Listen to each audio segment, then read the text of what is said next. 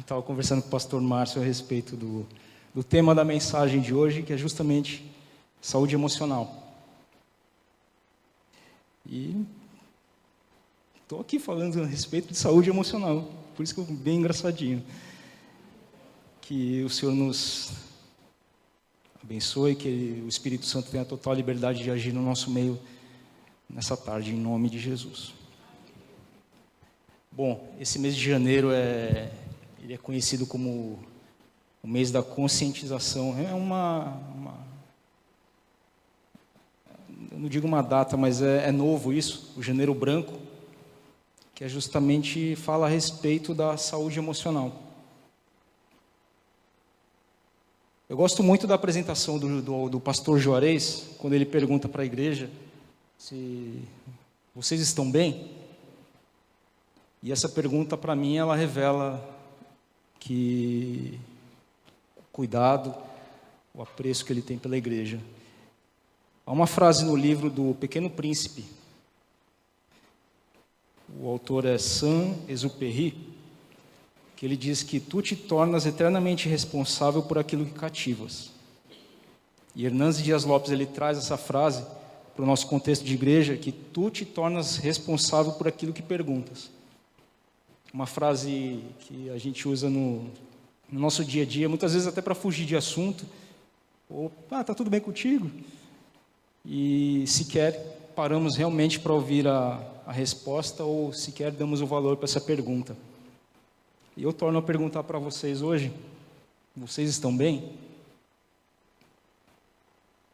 O texto base que eu vou estar utilizando hoje é 1 Reis 19. Eu gostaria que vocês deixassem aberto. Eu vou explicar desde um pouquinho da história do nosso personagem hoje, o profeta Elias. E o porquê que eu estou trazendo essa mensagem hoje? Qual a razão de eu estar? Primeiro que eu fui ministrado pelo Senhor a respeito, e como, não sei se todos sabem, eu trabalho como dentista. E muitas vezes, alguns sintomas emocionais, eles refletem na boca. Quem passa comigo já sabe disso, né? E eu pergunto às vezes, você está passando por um período de estresse, está passando nervoso em casa, aí a pessoa abre um olho assim, como é que... Não, é porque alguns sintomas realmente refletem na boca. Aí a pessoa acaba falando, e não é uma ou duas pessoas, são muitas pessoas. E foi isso que me motivou também a trazer esse assunto hoje para nós. Nesse texto que iremos ler, temos o exemplo de um homem que foi mandado do céu. Ele surge em um contexto onde a impiedade ela reinava. Quando nós começarmos a ler, vamos ver que Acabe e Jezabel Acabe era o rei. E muito antes deles assumirem o reinado, a história mostra uma sucessão de homens que fizeram o que era mal perante o Senhor. Esse homem é Elias, o profeta. E o significado do seu nome é: eu tenho um Deus e o seu nome é Jeová. Só o nome dele já era a apresentação dele. E nós temos muito poucas informações a respeito de Elias, né? Só sabemos que ele é de Tisbé, por isso ele é chamado de Tesbita. Não se sabe a localização exata, porém nós temos uma referência, que fica em Gileade, norte da Transjordânia, no leste do Rio Jordão. Temos então algumas pistas, alguns fragmentos que apontam em como poderia ser o perfil de Elias. Possivelmente um homem rude, um homem queimado de sol. Ele habitava em um local onde não havia sofisticação e diplomacia. Provavelmente um ambiente grosseiro, áspero, e muitos autores associam o local ao comportamento de Elias. Hábitos que beiravam ao grosseiro, severo, e se você pegar para analisar o local e o perfil, Elias era um improvável, assim como eu, assim como nós. E a atuação de Elias, ele ocorre diante de um dos piores reis, Acabe. Lembrando que o reino de Israel, ele conheceu um certo tempo, ele passou por um período de desobediência, de assassinato, de idolatria, de impiedade e uma péssima administração por parte daqueles que governavam. Um profeta que não seguia protocolos, não se apresenta formalmente na presença real, não havia sofisticação e educação, simplesmente ele chega e anuncia: tão certo como o Senhor vive, Deus de Israel, perante cuja face eu estou, nem orvalho e chuva haverá nestes anos, segundo a minha palavra. Isso está em 1 Reis 17. Um homem simples, que cumpriu a missão, declarando-se servo do Senhor, o Deus de Israel. Enquanto à sua volta Baal era adorado, o Deus adorado naquele local, Elias batia na cara do diabo. Só lembrando que Baal era conhecido como um deus da prosperidade e da fertilidade. Aí ele chega e dá esse anúncio: não haverá chuva, segundo a minha palavra. Elias era como a gente, era gente como a gente. Isso está na Bíblia, tá? Tiago 5,17. Elias era humano como nós. Ele orou fervorosamente para que não chovesse, e não choveu sobre a terra durante 3 anos e meio. Após esse soco na cara do diabo, o próprio Senhor ordena que Elias saísse e fosse para Querite. O significado de Querite é cortar, colocar no tamanho certo. Deus ordena que ele fosse para Querite para se esconder. E nas imediações do Jordão, onde ele iria beber água do ribeiro, e os corvos iriam alimentar e levar o pão e a carne pela manhã. Aqui nós temos o primeiro delivery celestial, citado na Bíblia também. Citado na Bíblia não, né? Mas aqui já foi. E nesse momento em que ele se esconde da possível perseguição, Elias aprende através da solidão, do silêncio e da obscuridade a depender e a confiar no Senhor. Após essa lapidação, Elias recebe outra ordem. Ele deveria ir para Sarepta. Sarepta significa fundir, refinamento. E lá ele seria alimentado por uma viúva que estava sobrevivendo diante da pobreza devido ao estado calamitoso do momento. Lembrando que ele estava naquele período de seca. E no decorrer do capítulo podemos observar que a obediência e as suas consequências.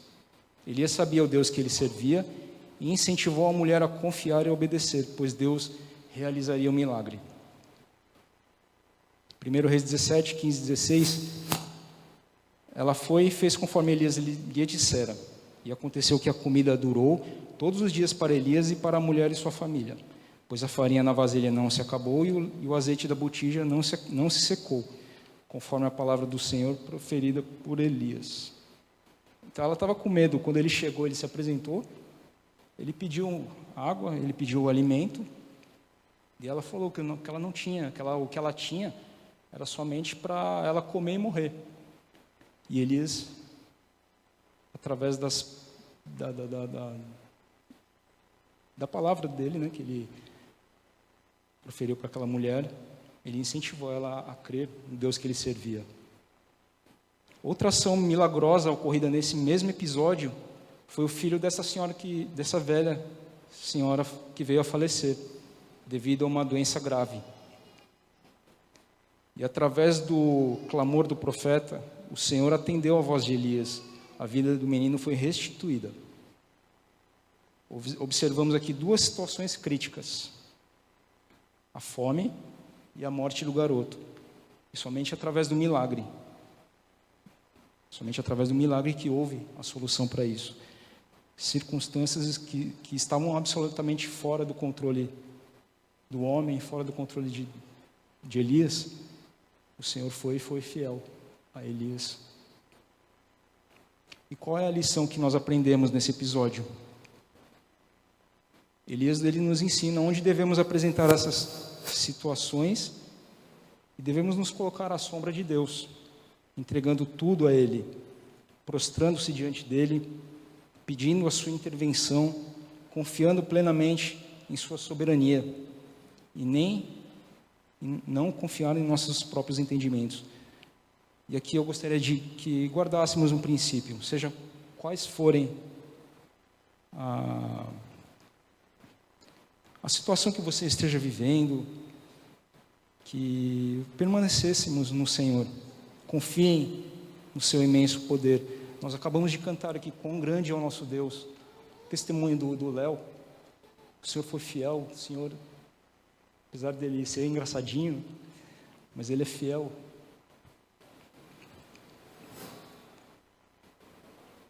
Confie no seu imenso poder. Tiago 5, 13 e 18 cita Elias como exemplo a ser seguido. E ele demonstra qual deveria ser a nossa postura em relação às situações que passamos. É orar e clamar. Há poder na oração. Após 3 longos anos, Deus fala com o seu servo e diz para ele ir lá e falar com Acabe novamente. 3 anos antes, o próprio Deus havia mandado o profeta esconder-se, e agora ele manda: apresente-se.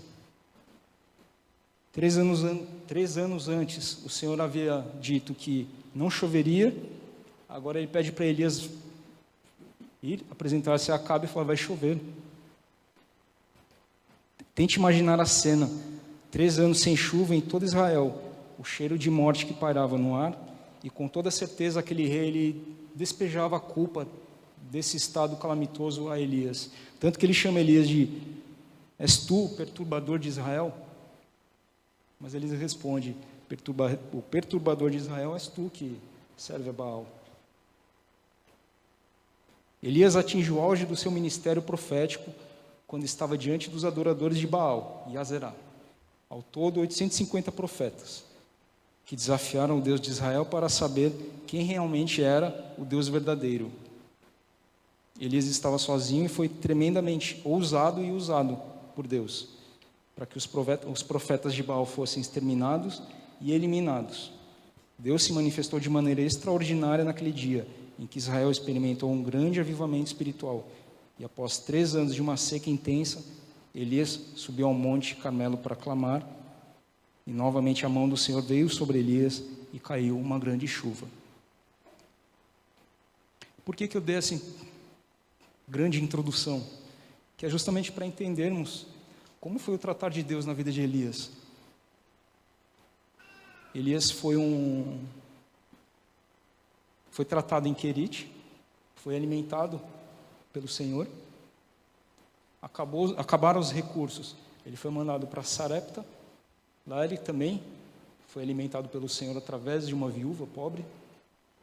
E lá ele foi instrumento para que houvessem milagres. 2 milagres. E logo em seguida ele vai para aquela ação milagrosa, né? Contra os profetas de Baal. E aqui eu chego, 1 Reis 19. Versículo 1 a 18.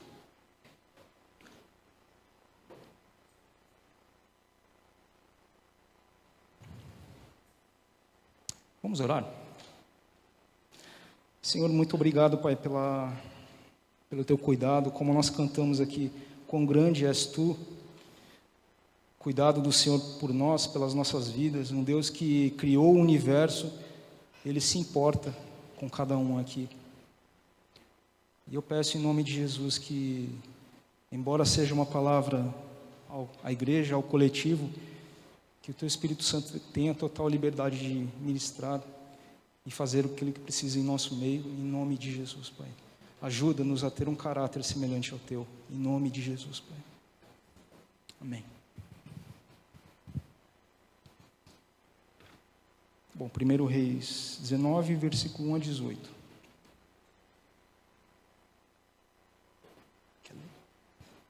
Vou chamar alguém para ler, então. Fernanda. Foi ela que sugeriu.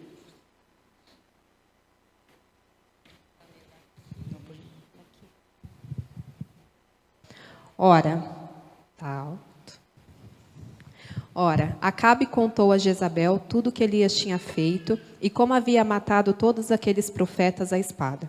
Por isso Jezabel mandou um mensageiro a Elias para dizer-lhe: que os deuses me castiguem com todo rigor, se amanhã, nesta hora, eu não fizer com a sua vida o que você fez com a deles. Elias teve medo e fugiu para salvar a vida.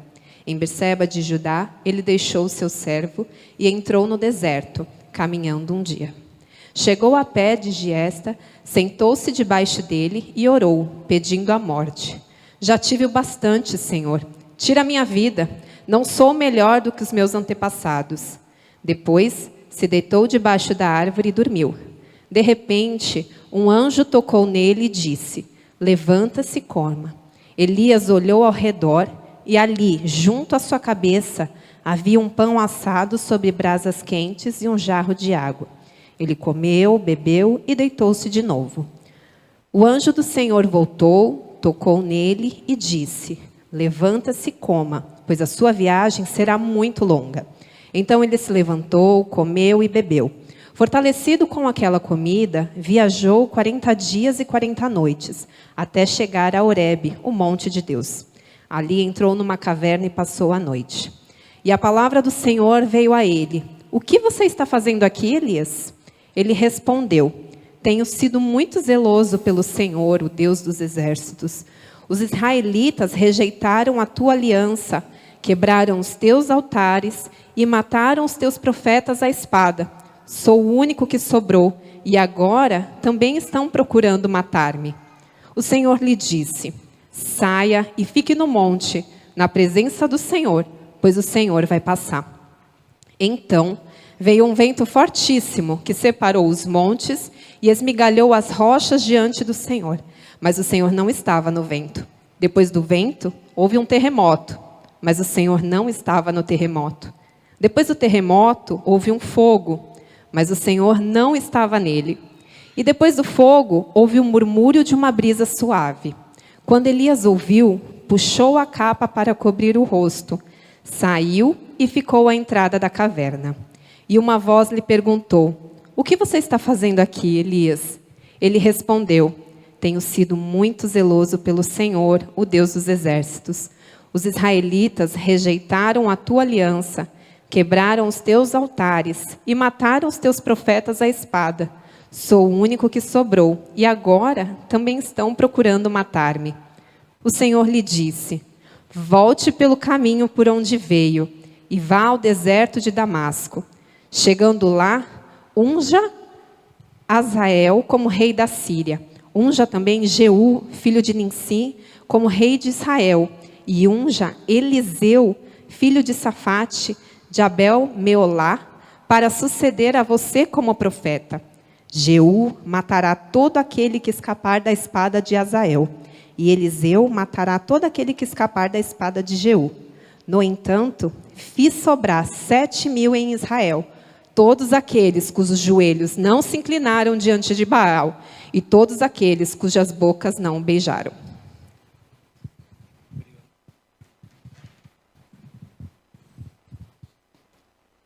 Aqui podemos ver Elias e dizer sem dúvidas que ele foi um grande homem de Deus, um profeta heróico, um homem simples, que estava sujeito às condições humanas, o tanto quanto nós estamos.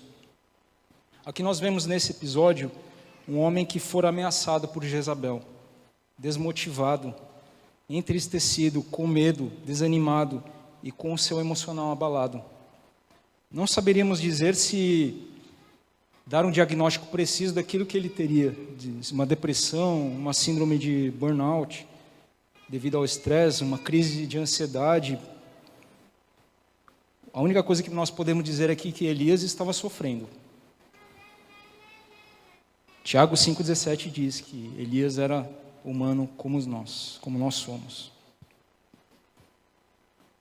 Ele esteve firme diante das mais estranhas e intransponíveis situações durante anos, e agora, diante de uma vitória surpreendente, ele cai em uma grande tristeza e total desespero. Para complementar aquilo, para montar essa mensagem, eu utilizei um livro, Charles Swindoll, que fala sobre Elias.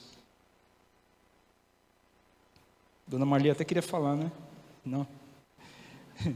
E em certo ponto o autor ele escreve que nas Escrituras Deus ele esquadrinha e pinta o retrato de homens e mulheres com suas virtudes, mas principalmente com as suas falhas e defeitos.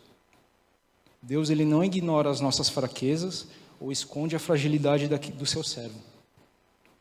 Percebam que até que quando Jesus ele escolhe os seus discípulos, ele não escolhe os melhores, os mais capacitados. Cristo ele escolhe aqueles mais simples e os improváveis, assim como eu, assim como nós. Eu não sei se você já se sentiu assim, da forma que Elias se sentiu, em algum momento da sua vida. Frustrado com algum resultado, talvez você tenha perdido alguém importante na sua vida, decepcionado com algo ou alguém, ansioso por alguma causa ou alguma coisa. Podemos tirar a primeira lição, avaliando as condições do profeta. Não importa aquilo que você tenha vivido, todos nós estamos sujeitos ao abalo emocional.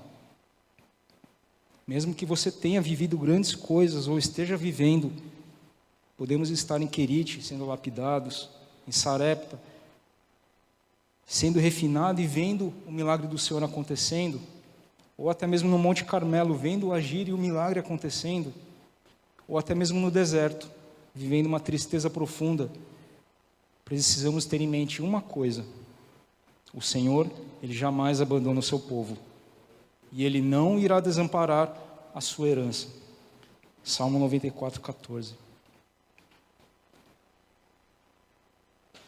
Deus ele tem ministrado no meu coração a respeito sobre isso. E quando eu estava finalizando essa mensagem, essa semana, bateram no nosso carro. E no momento do acidente, a primeira coisa que me veio à mente foi justamente Elias. Mesmo diante das circunstâncias, das situações mais adversas da vida, a Camila sabe porque eu avisei ela, né? O Senhor tem cuidado de nós, o Senhor cuida do nosso emocional, o Senhor cuida do seu povo. Todos nós estamos sujeitos a passar por frustrações e até mesmo uma depressão. Muitas são as ocasiões em que nosso coração cria uma certa expectativa e acaba se decepcionando. A chateação, ela pode ser algo que se ela não for tratada e controlada, ela pode sim levar a um abalo emocional bem grave. Não estamos alheios à depressão, à ansiedade. Caso elas cheguem, saiba que elas podem não ter, elas podem, na verdade, ter a sua origem até mesmo de uma enfermidade crônica, como doença cardíaca, disfunção da tireoide, problema hormonal, anemia. E do livro que eu colhi isso foi de um médico.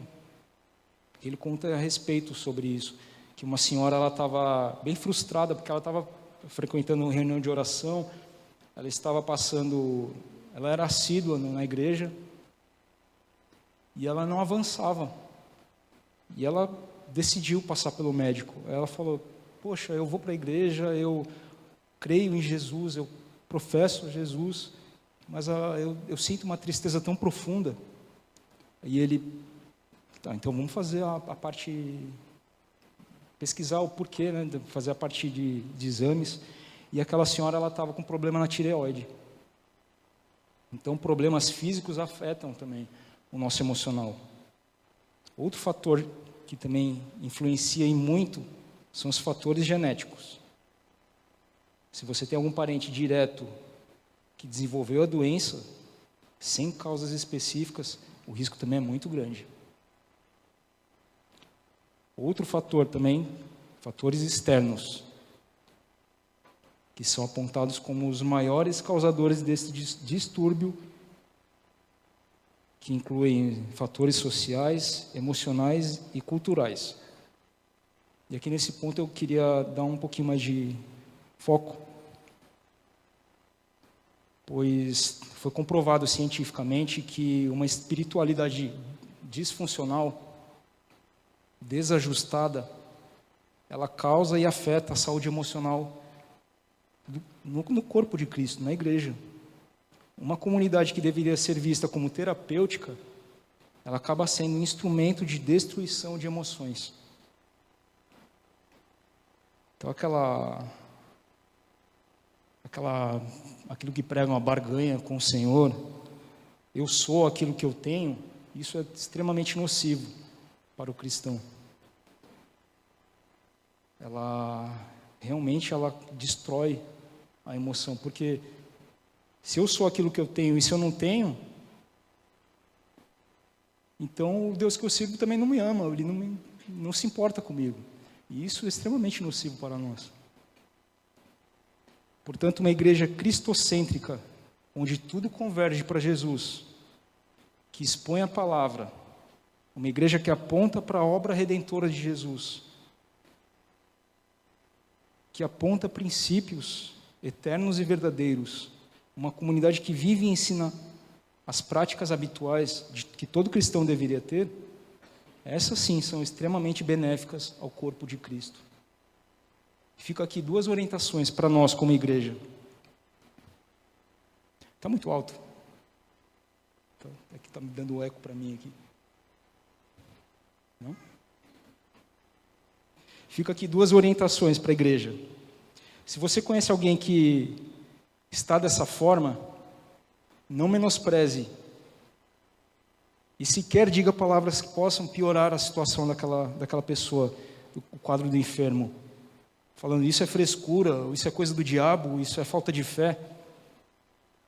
Não diga isso para quem está passando pelo problema. Certo, doutora? E se você está vivendo dessa forma, busque ajuda e não se culpe.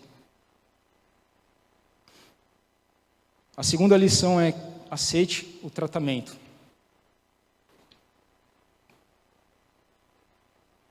O Senhor, ele escutou as queixas de Elias e Deus sempre teve uma palavra para ele. Uma palavra de cura, pois ele estava deprimido, e ele tem uma palavra para nós hoje. Salmo 119, 28 diz que a minha alma chora de tristeza, fortalece-me com a tua palavra. O Senhor, ele não está alheio às nossas súplicas.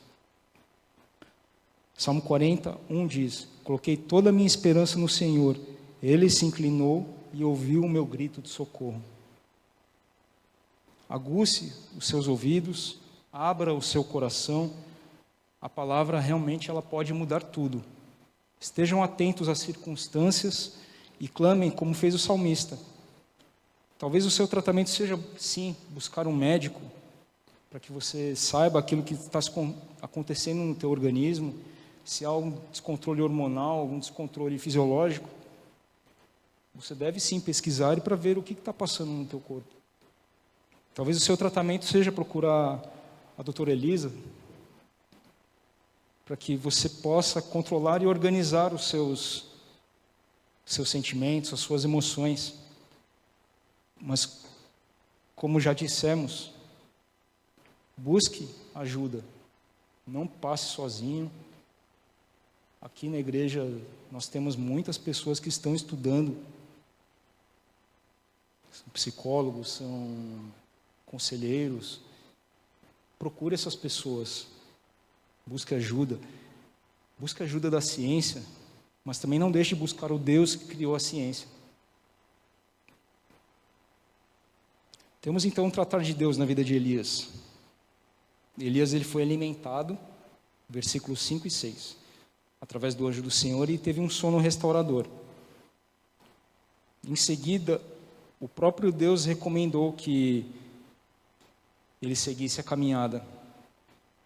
Aqui eu queria deixar outro ponto. Deus ele trata, mas ele também te lança um propósito.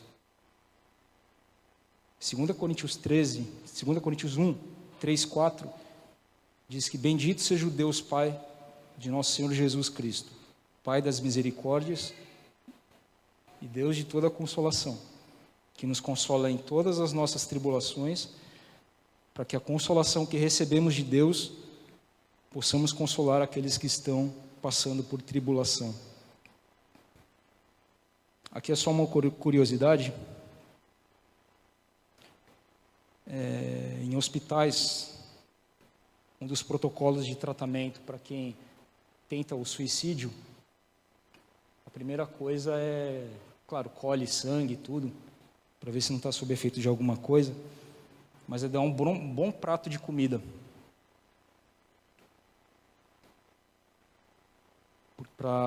Justamente para que o emocional daquela pessoa melhore. Pois grande parte da serotonina que é produzida no nosso organismo, ela é produzida no nosso intestino. Serotonina é conhecida como hormônio da felicidade. Por que eles fazem isso? Porque para que haja uma reposição proteica no organismo, e essa proteína que forma os aminoácidos que são responsáveis pela formação dos hormônios,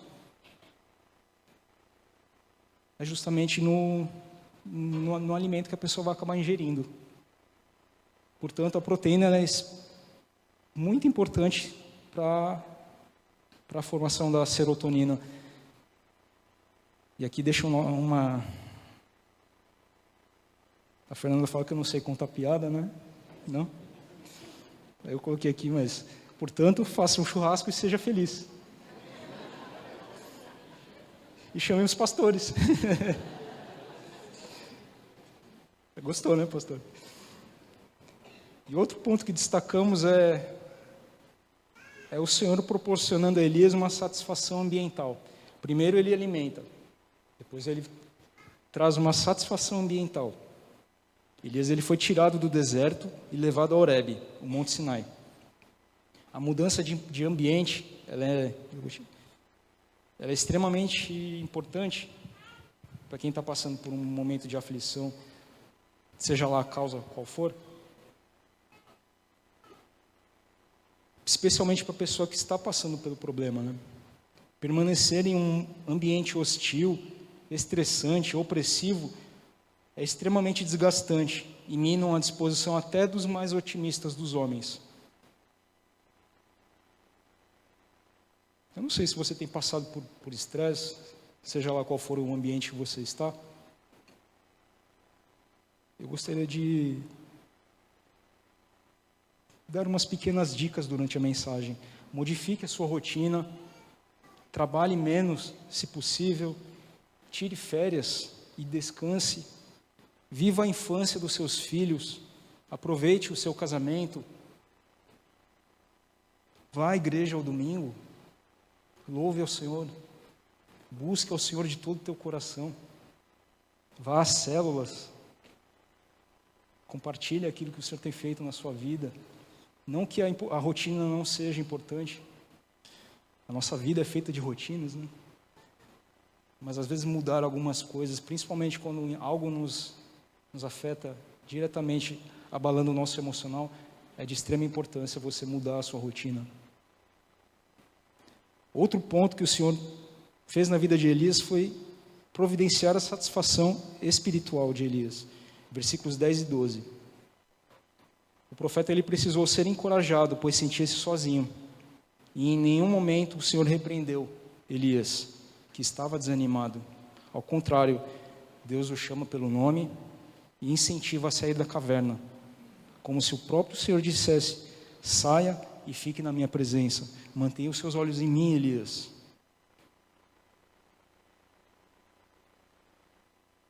Mantenha o seu foco no Senhor. Nós somos responsáveis pelo nosso crescimento espiritual, pelo nosso avanço e o nosso progresso. Isso está em Hebreus. Vento, terremoto, fogo, foram demonstrações do poder de Deus. E Elias, no meio disso tudo, esperando encontrar o Senhor, mas ele não achou. Deus se apresenta de uma forma diferente. Deus, ele se apresenta através de uma suave e mansa brisa. Fala com Elias. Traz à memória aquilo que o Senhor tinha feito na vida dele. Nós cantamos aqui, o quão grande é o meu Deus. E o quanto Ele se importa com um ser pequenininho como eu, como nós. Elias, ele era humano como nós.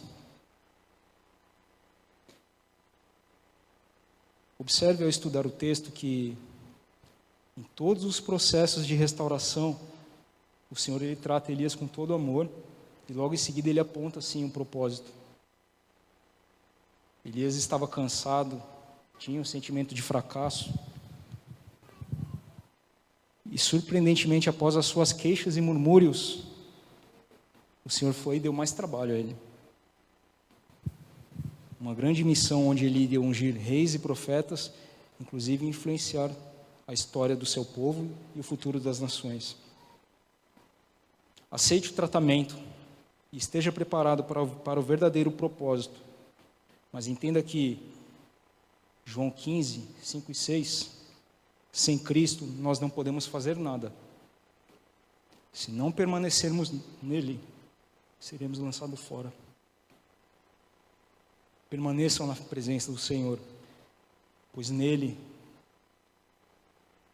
levou sobre si as nossas dores e as nossas enfermidades.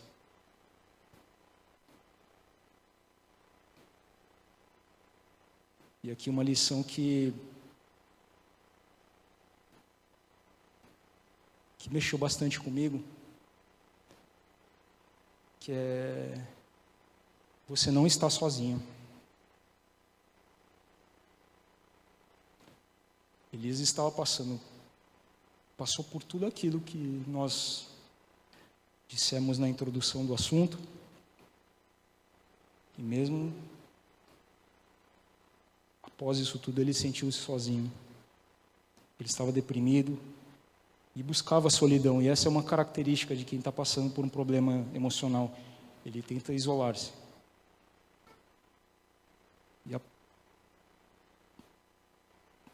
E o Senhor foi bem pontual com ele, pois ele falou, ele deu-lhe um povo, pois ele aponta aqui que haviam 7.000 homens que ainda não haviam se dobrado diante a Baal, e ele tinha dado um amigo também, Eliseu, que se tornaria seu sucessor e companheiro inseparável. Todos nós precisamos ter esse sentimento de pertencer ou de permanência também, seja lá o grupo que você está inserido, mas esse pertencimento a uma comunidade, principalmente aqui como igreja, quando nós estamos inseridos no corpo de Cristo, como uma família que possui diferenças, uma família que possui pessoas diferentes, mas que possuem também o mesmo propósito, que é glorificar e exaltar ao Senhor. Todo cristão, ele precisa de um povo e ele precisa de um amigo. E nós temos.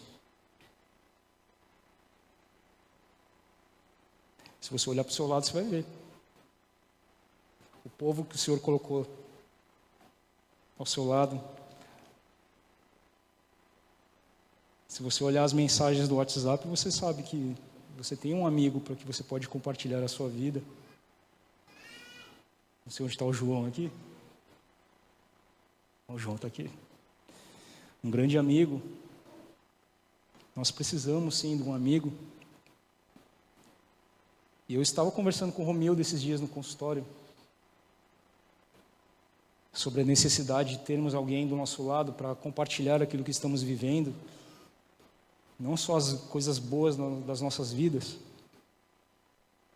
mas as dificuldades que enfrentamos também. Quanta falta faz quando por algum motivo nós perdemos alguém, nós perdemos esse parceiro de jugo, perdemos um grande e valoroso amigo. Claro que essas aflições, os nossos medos, as nossas angústias, e frustrações, nós apresentamos ao Senhor em ferventes orações. Mas como diz também em Gálatas 6:2, que compartilhar os fardos uns com os outros torna assim a caminhada mais suave. Se você não tem alguém com quem compartilhar, eu sugiro que procure. E olhe para o lado e você vai ver que você faz parte de um corpo, que você faz parte de uma família. O Senhor, Ele tem nos abençoado como igreja, e ter esse sentimento de pertencer a um povo através da própria igreja, nós temos a oportunidade, sim, de tratar aquilo que talvez esteja abalado no nosso coração, ou o nosso emocional. E aqui nós temos a oportunidade também de, caso aquele que está tratando, ou aquele que precisa de ajuda, identificar também, se possível. E entenda que todo tratamento tem um propósito. Todo tratamento tem um propósito. Nós temos essa responsabilidade de cuidarmos uns dos outros, de preservarmos o corpo de Cristo, isso está em Romanos. Ajude, ame, perdoe, corrija, supra o emocional ou até mesmo o material do seu irmão. E entenda que talvez até você pode ser a resposta de oração daquela vida que tanto clama e tanto ora e tanto pede ajuda. Somos responsáveis pela manutenção da igreja, em Efésios 4. Cuide e zele pela comunhão da igreja. O Senhor tem dado a todos nós uma família, que é justamente a igreja, que refletem a imagem de Jesus. E são esses que estarão contigo quando atravessares os vales da sombra da morte, da depressão, até que vocês possam escalar juntos os montes do Senhor, os montes da alegria. Não temam, o Senhor está conosco, o Senhor está contigo. Eu gostaria de concluir essa mensagem trazendo novamente essa pergunta. Você está bem? É uma pergunta simples. Como eu disse no começo, talvez às vezes até a gente usa ela para tentar fugir de algum assunto ou fugir de alguém. Mas eu incentivo a você, quando for perguntar isso para alguém, esteja disposto a parar um pouquinho e ouvir aquilo que a pessoa esteja precisando, ou talvez ela queira abrir o coração para você. Esteja com o coração atento, esteja assim com disponibilidade para que você seja a resposta de oração para aquela vida. Amém?